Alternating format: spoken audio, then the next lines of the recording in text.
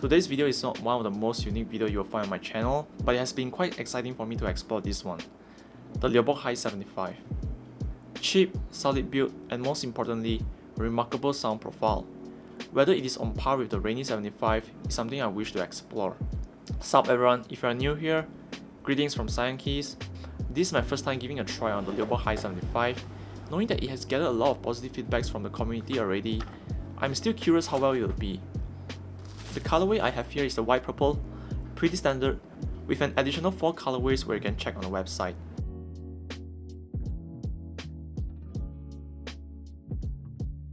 Starting at $99 for the fully assembled kit here, very affordable in my opinion. 81 keys, 75% with an exploded arrow keys.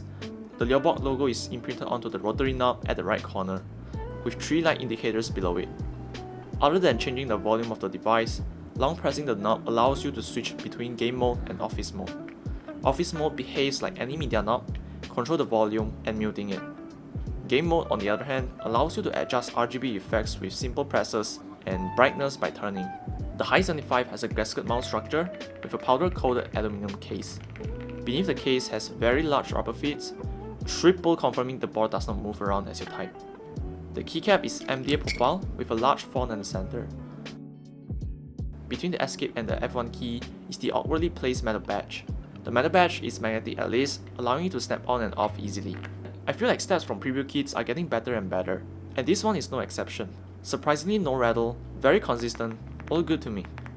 The switch I have here is a Nimbus switch by Leobog themselves, linear with an overall palm build.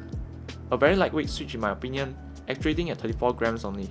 Anyway, it is quite smooth as far as I can tell from the stock. You won't find any screws on the bottom casing by the way.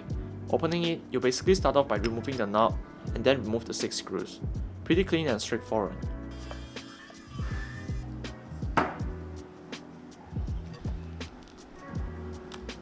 PC plate and the PCB do have flex cuts on it, with the gasket strips installed on the casing instead.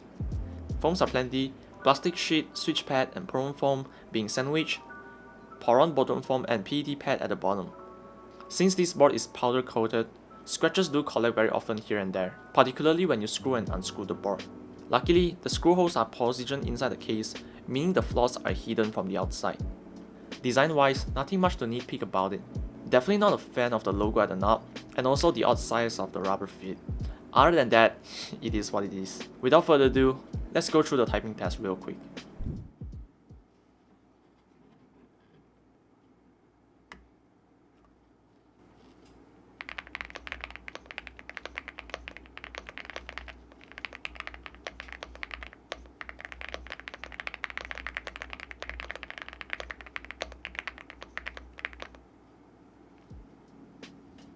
I can definitely say this board offers a creamy sound profile, and I haven't experienced it in quite some time from a pre-built kit.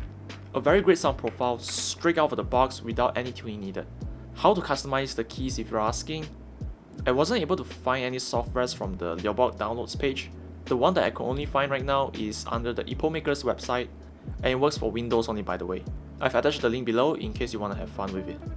Let me be very honest with you, if I had $99 and I was given a choice between the Hi75 and the Rainy75, getting the Rainy75 is definitely no brainer, with additional connectivity being the clear difference over here. The Hi75 only supports wired and the Rainy75 is tri-mode. 2024 and we are still getting a wired only keyboard is really unacceptable, at least for me. Rainy75 also has a premium look or vibe, whatever you call it, with the same price tag. However, I understand getting the Rainy75 is very limited at the moment, and this is where the Hi75 comes in. I think the sound profile for both keyboards are very similar, although I don't own the Rainy75 to compare side by side.